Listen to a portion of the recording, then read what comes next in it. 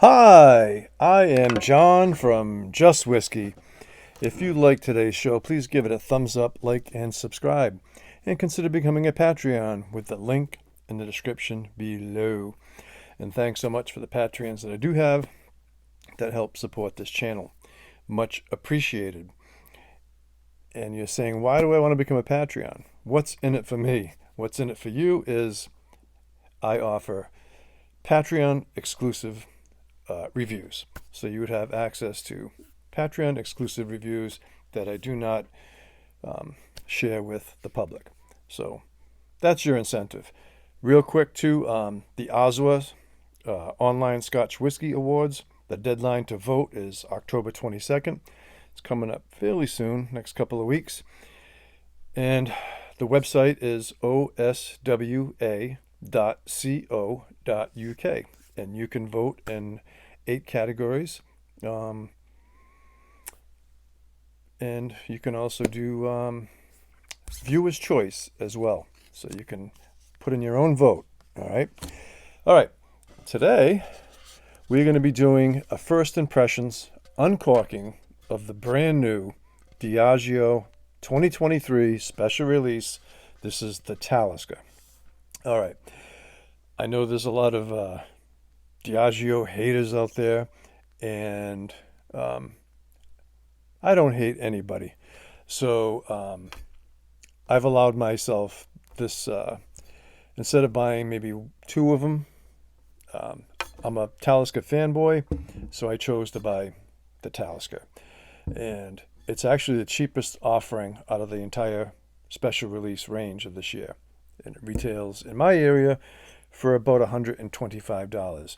It is non-age stated, which is unusual for Talisker with their special releases because they've had age statements 8-year, 11-year. So my guess, and I haven't been able to find out any information, but my guess is maybe there is, some younger spirit in here, who knows, 4, 5, 6 years old, under 8, right? And then maybe there's some older casks in here, 10, 11, 12, 15 years old, who knows? So that would be my speculation of maybe why they didn't put an age statement on it. But it is on the label. It does say natural cask strength. And this one comes in at 59.7% ABV. And they're paying homage to the Portuguese seafarers. And that's why I'm wearing my Portuguese Azores shirt. And so it's finished in a combination of ruby, white, and tawny pot casks. I haven't been able to find out any information how long those finishes were or any age of any of those. A quick, so I am going to do a little uncorking of this. So actually, you know what? Let's get this open and in the glass, right? And again, this is just first impressions. Let's see what we have here. I'm just going to pour this, let it air out for a little bit, and I'm just going to read the back of the tube. Okay, just a little bit in the glass there. All right. Back of the tube, I'm not going to read the whole tube, but exploring the harmony between grace and power, our malt master pays homage to the Portuguese origins of these great seafaring ships by finishing this supreme maritime whiskey in a combination of ruby, white, and tawny port casks, reigniting our own passion for exploration. This unusual combination of casks brings uncanny balance to a tumultuous Talisker. Oh boy.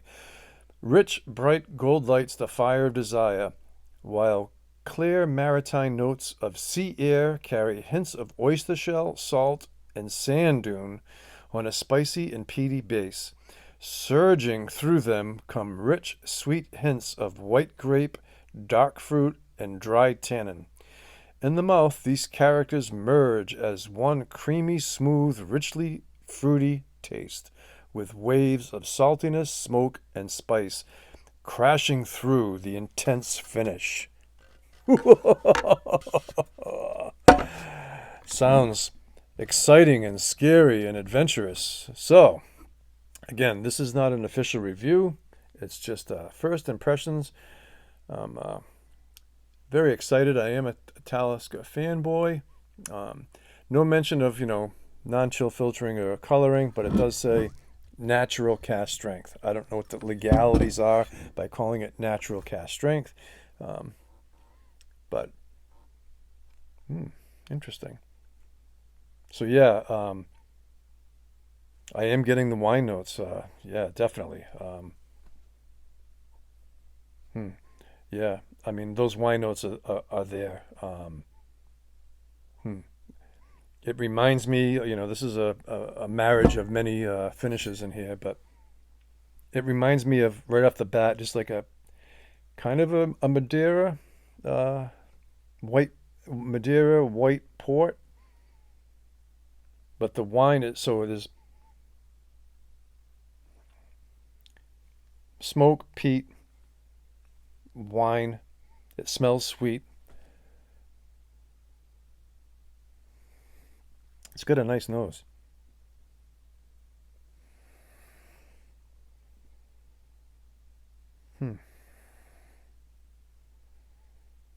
Yeah, very nice nose. But the wines, the wine notes are really coming out. I wouldn't describe it as fruity, but if you're smelling a nice white wine or a Madeira or a white port, that's what I'm picking up with smoke and peat. Interesting. This is an interesting nose. Let's see how it conveys to the palate, shall we?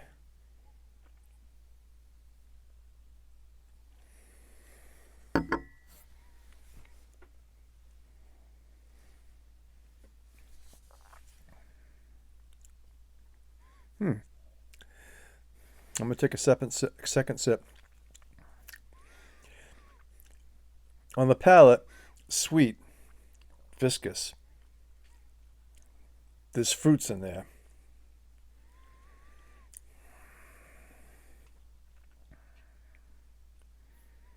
It's got a long finish.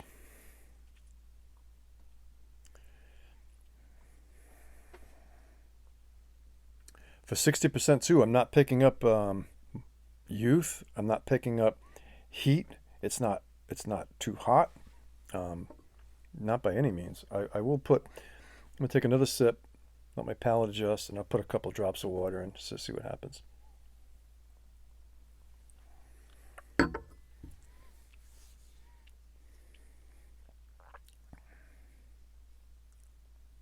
A little bit of prickle in there, a little bit, in a nice way. Yeah, sweet. Definitely some sweet and sour going on. The fruits are in there. Haven't quite identified them, but maybe a little bit of juicy fruit kind of thing going on. There's a decent amount going on. There are some raisins, definitely some raisins. Finishes, I would say long, medium plus to long, heading towards long.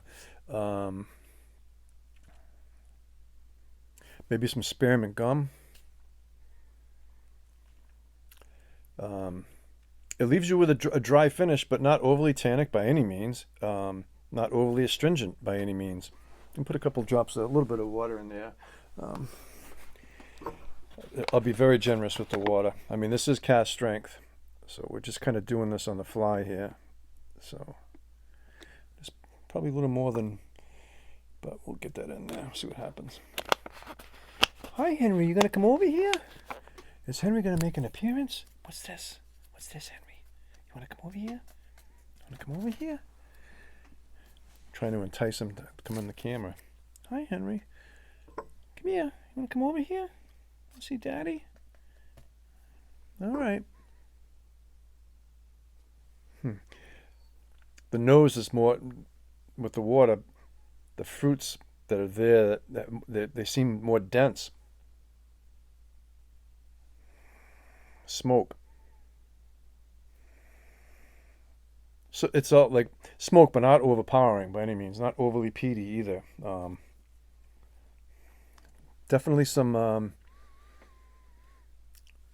maritime uh, brininess in there for sure too as well. Come here, Henry. Come here. Come here. Come here. Come here. I'm gonna try and get Henry on camera.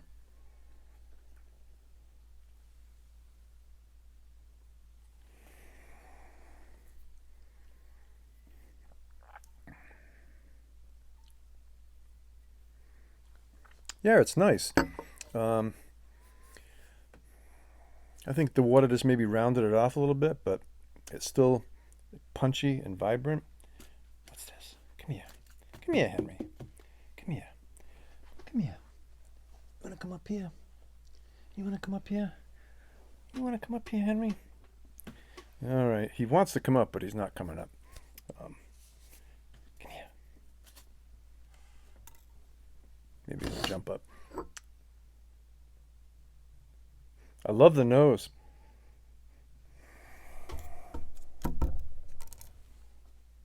And I love the palate too.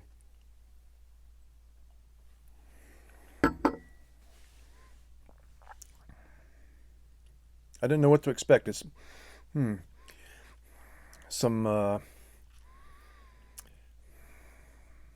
old orange rinds in there, or maybe some old lemon or lime peels are in there.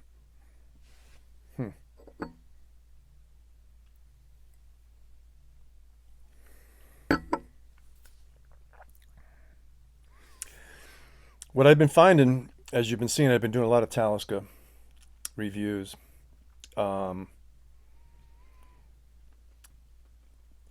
They're very different. So they're really expanding their horizon. So this is not Talisker 10 by any means. It's a different take on it. Um, hmm.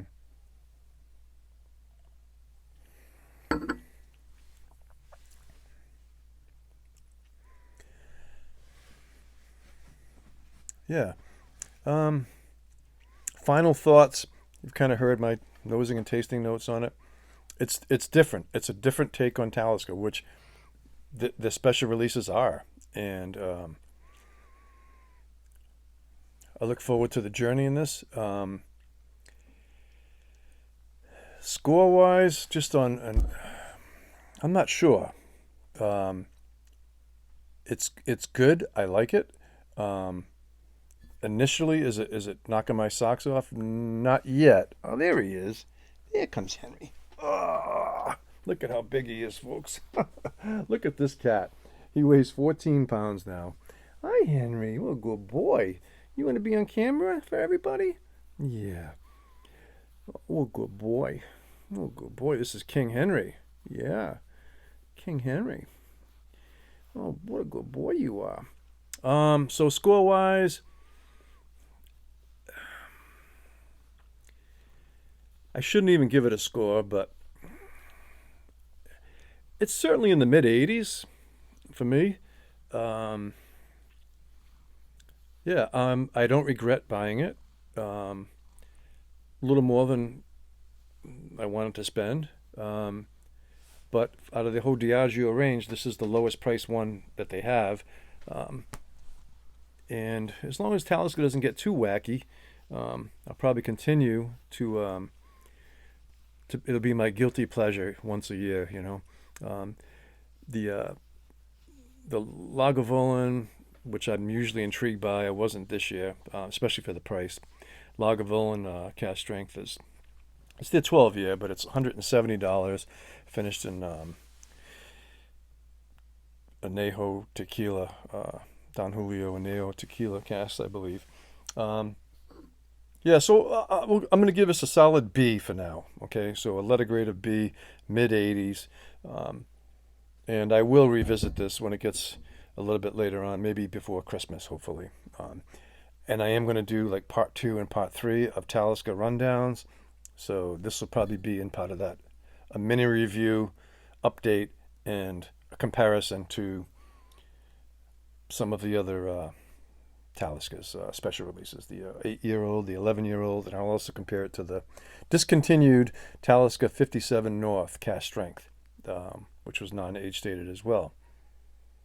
But yeah, I'm finding this interesting. It's out of step of what I'd expect from like a Talisker 10, but that's kind of what I've been getting, generally speaking, with Talisker anyway. So that doesn't bother me.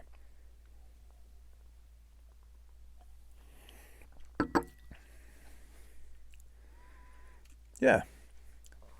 Yeah. Thanks for tuning in. I hope you like this. Yeah, sweet, sour, astringent. There's a decent amount of stuff going on there. The wine influence is prevalent, prominent, which I like.